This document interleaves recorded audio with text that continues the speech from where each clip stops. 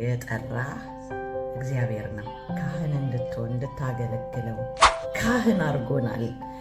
ክህንነት በእግዚአብሔር ምርጫና ጥሪ የሚሆን ብቻ ነው።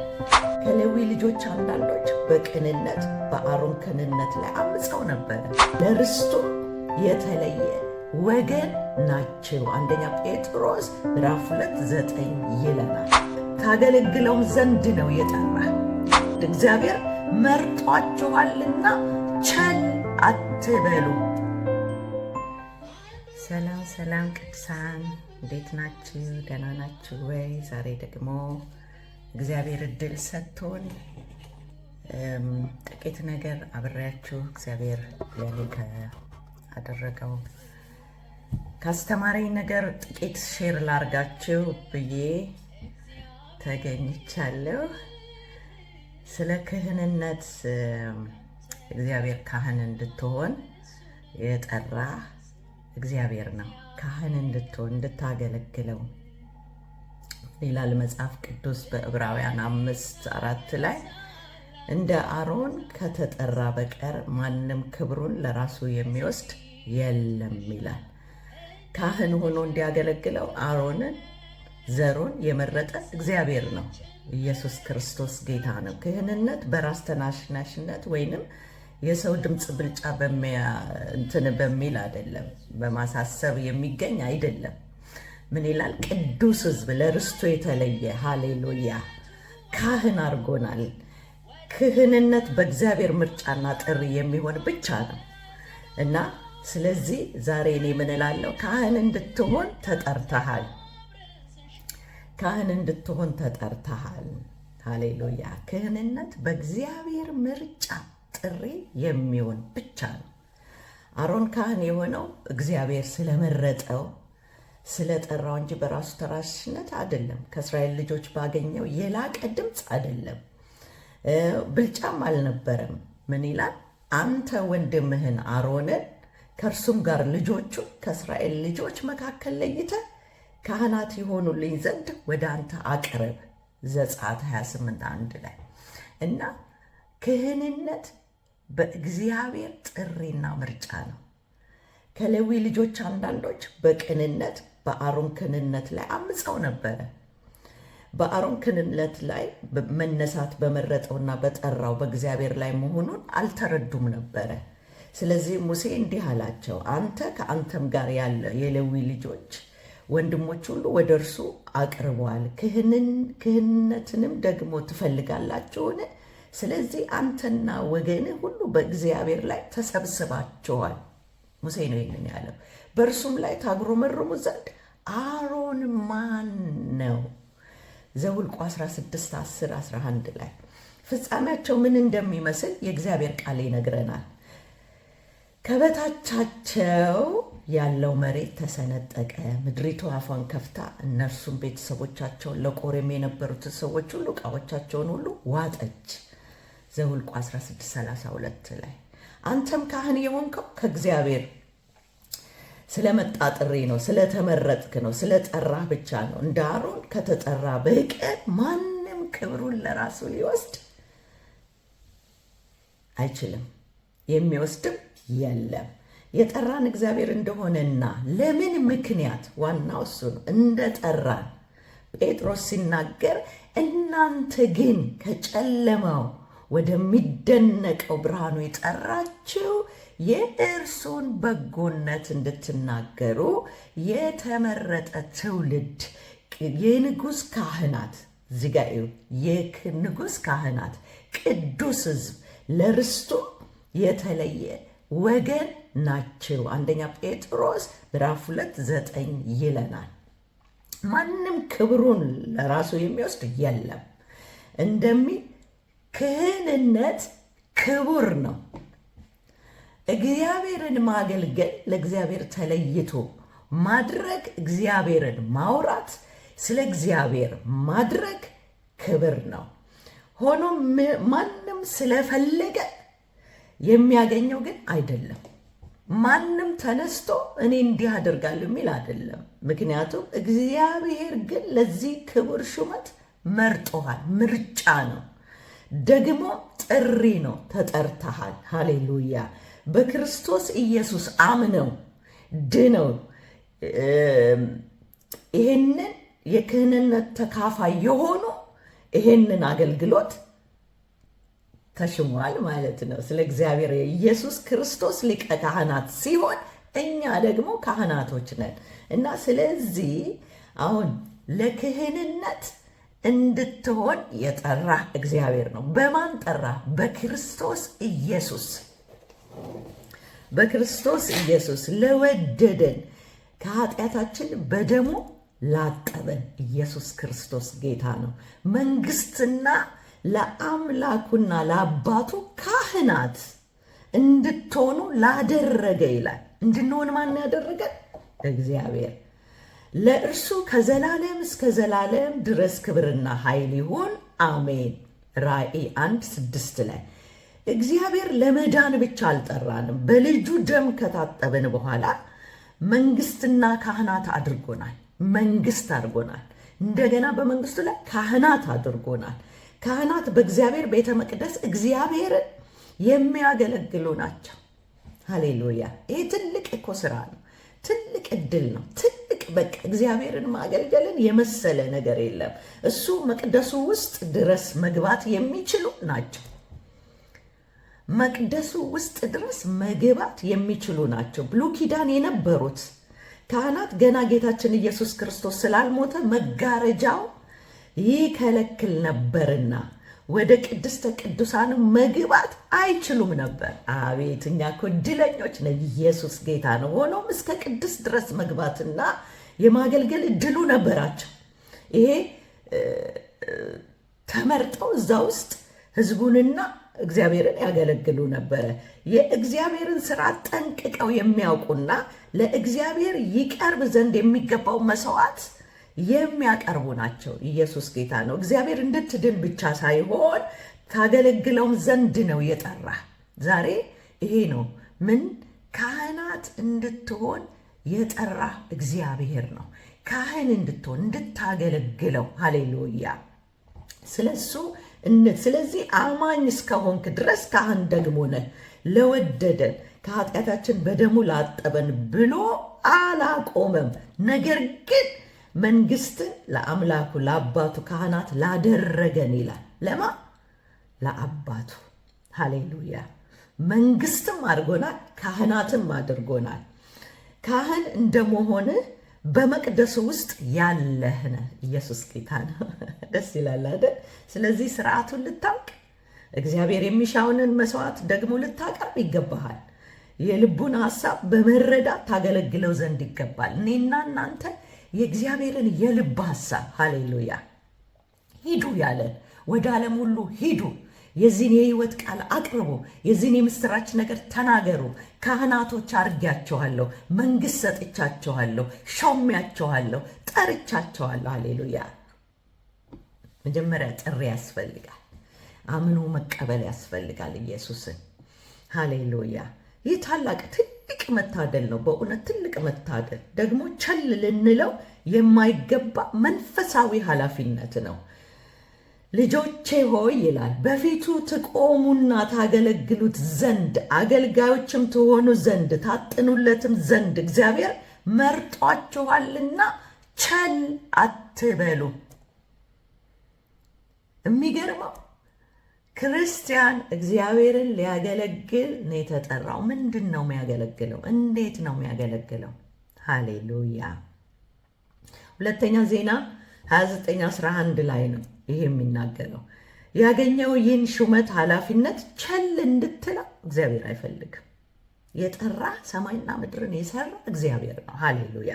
ራስን የእግዚአብሔር ቃል እንደሚያይ ካህን እንደሆንክ እንደዚያው ልታይ መንፈሳዊ ኃላፊነትን በእግዚአብሔር ጸጋ መወጣት እንድትችል መጋደል አለብህ። ሃሌሉያ ሃሌሉያ። ኤፌሶን ላይ ምን ይናገራል? የመጥራቱ ተስፋ ምን እንደሆነ ታውቁ ዘንድ ሃሌሉያ። እውቀት ያስፈልጋል። የጥሪያችን እውቀት ምን ይላል? ዓለም ሳይፈጠር በፊቱ ቅዱስ ያለ ነውር እንሆን ዘንድ በክርስቶስ በፍቅር መረጠን ይላል። ይህም የጸጋው ክብር ይመሰገን ዘንድ ይህን አደረገ ይላል። ሐሳቡ እንደሱ ነው። በውድ ልጁ እንዲያው በበጎ ፈቃዱ ሃሌሉያ። ከዛ ደግሞ የርስት መያዣ አድርጎ መንፈስ ቅዱስን አተመብን። ኢየሱስ ጌታ ነው። በመንፈስ ቅዱስ ከእርሱ ጋር ህብረት ስናድር ከእርሱ ጋር ስንሆን መንፈስ ቅዱስ የሚያወራው ሃሌሉያ ስለ ኢየሱስ ክርስቶስ ነው። እና ይሄ በእግዚአብሔር ጸጋ፣ እናንተ ግን ከጨለማ ወደሚደነቅ ብርሃን ሃሌሉያ የጠራችሁ፣ እዚህ ጋ ያዙልኝ፣ የተጠራችሁት የእርሱን በጎነት እንድትናገር የእሱን መልካምነት የንጉሥ ካህን እንድትሆን የተደረግንበት አንደኛ ጴጥሮስ እዚህ ምዕራፍ 2 ላይ የሚናገረው ቅዱሱስ ለርስቱ የተለየ ሃሌሉያ የተለየ ወገን ናችሁ። ወገን መሆን ያስፈልጋል። ጥሪ ያስፈልጋል። የእግዚአብሔር ጸጋ ያስፈልጋል።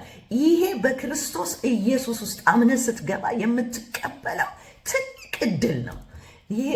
ይሄንን እንድትናገር ምን ስለሱ በጎነት ሃሌሉያ ካህን እንድትሆን ጠንቅቀን እንድታውቅ መስዋዕትን እንዴት እንደሚቀርብ እንድታውቅ እግዚአብሔር ደስ የሚያሰኘውን ፈትናችሁ ታውቁ ዘንድ ይላል ሌላ ቦታ ላይ።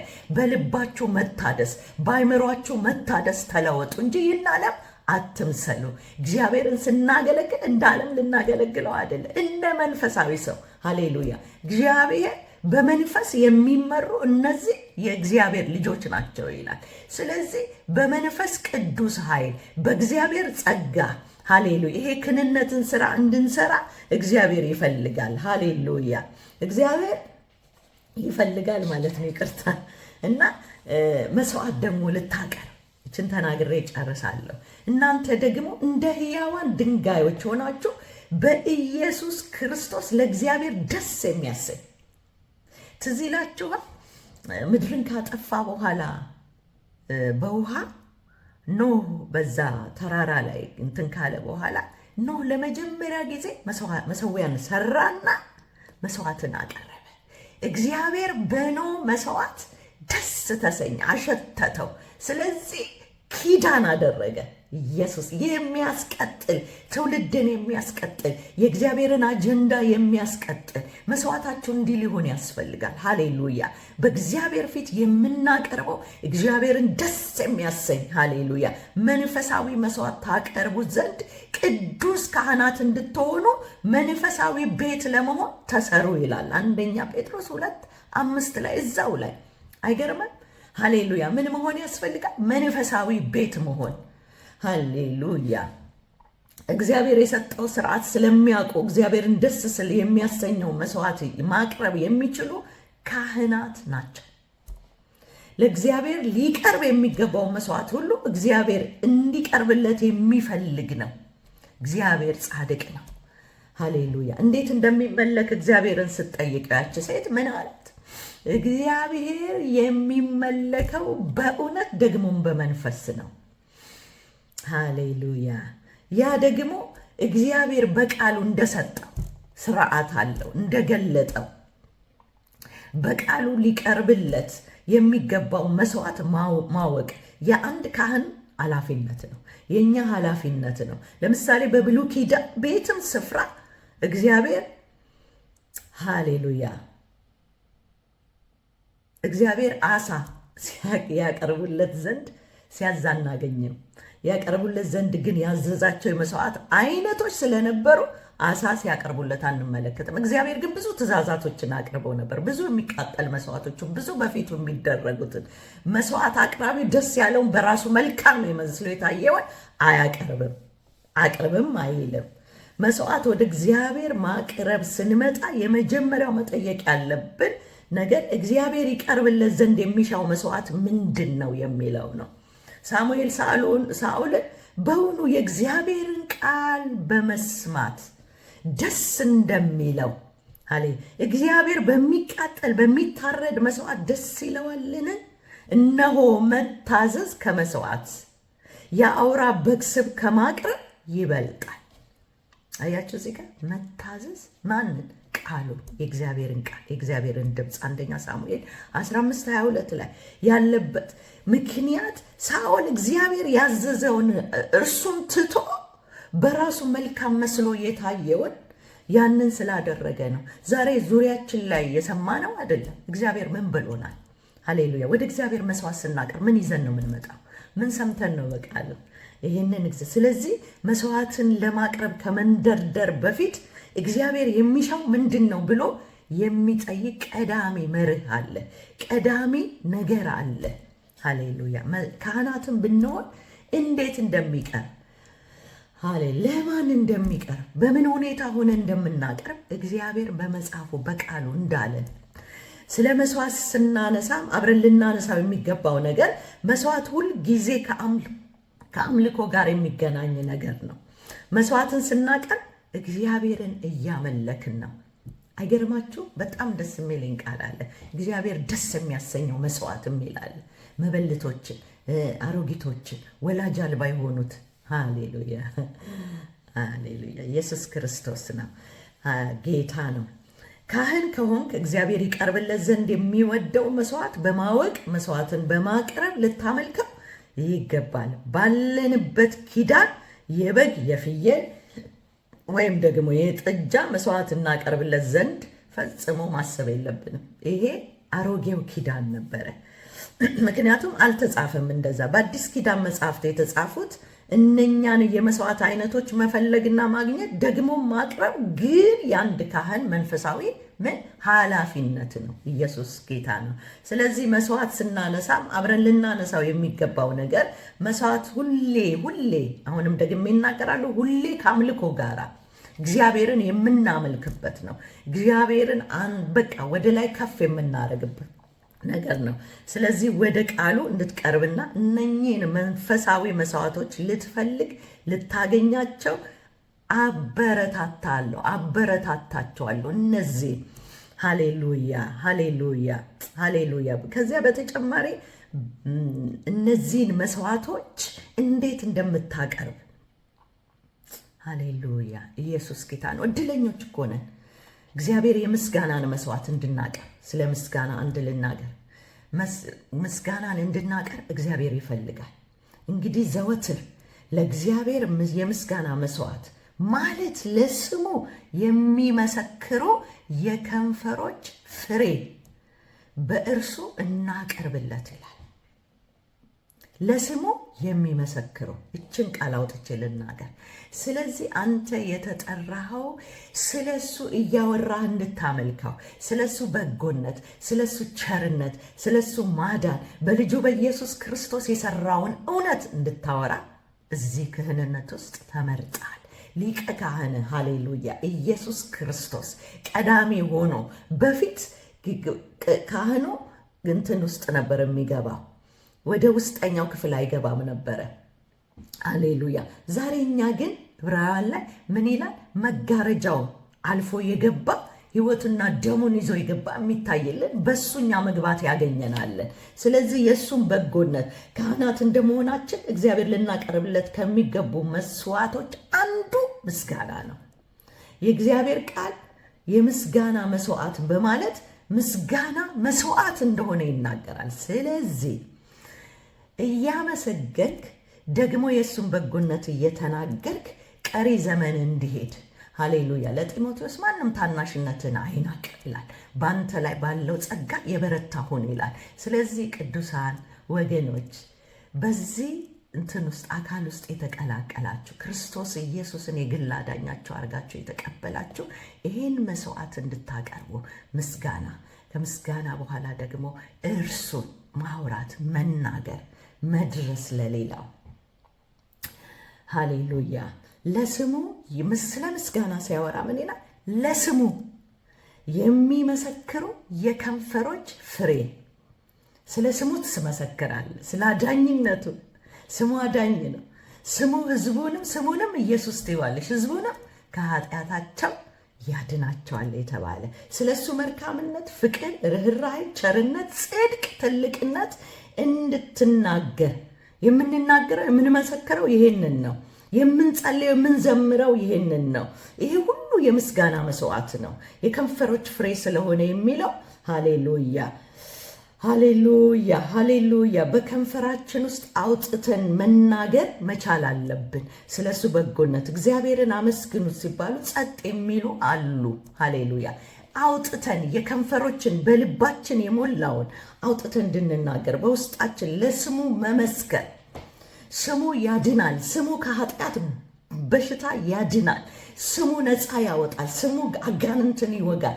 ስሙ ደዌን ያቀልጣል ብለን ይሄንን የከንፈሮቻችንን ፍሬ ስለ ስሙ መስዋዕት ማቅረብ አለብን። ይህ መስዋዕት ደግሞ እንድናቀርበው የሚፈለገው በሳምንት አንድ ጊዜ ምናምን ዘወትር ነው የሚለው። ኢየሱስ ክርስቶስ ጌታ ነው።